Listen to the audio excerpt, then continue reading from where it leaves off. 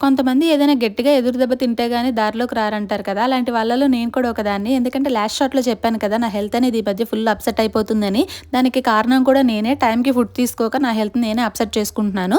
So, ఈ రోజు నుంచి ఎట్టి పరిస్థితుల్లో నా ఫుడ్‌లో చేంజెస్ చేసుకోవాలి అని చెప్పి నేనైతే ఒక ప్లాన్ చేసుకున్నాను. ఇలా ఉండాలి, ఇలా ఉండాలని. ఎప్పుడు నేను అనుకుంటాను రేపటి నుంచి నేనంతా ఇలానే ఉండాలి, ఇలానే ఉండాలని చెప్పి. కానీ ఆ రేపు ఎప్పుడొస్తుందో కూడా అర్థం కావట్లేదు.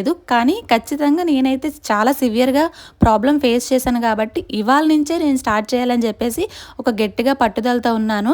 ఇది ఎన్ని రోజులు కొనసాగుతుందో తెలీదు. బట్ నేనైతే ఎక్కడ కూడా గివ్ అప్ ఇవ్వకుండా పక్కాగా హెల్త్ మీద ఫోకస్ చేసుకుంటూ నేను ఇది కంటిన్యూ చేయాలి అని చెప్పేసి అనుకుంటున్నాను.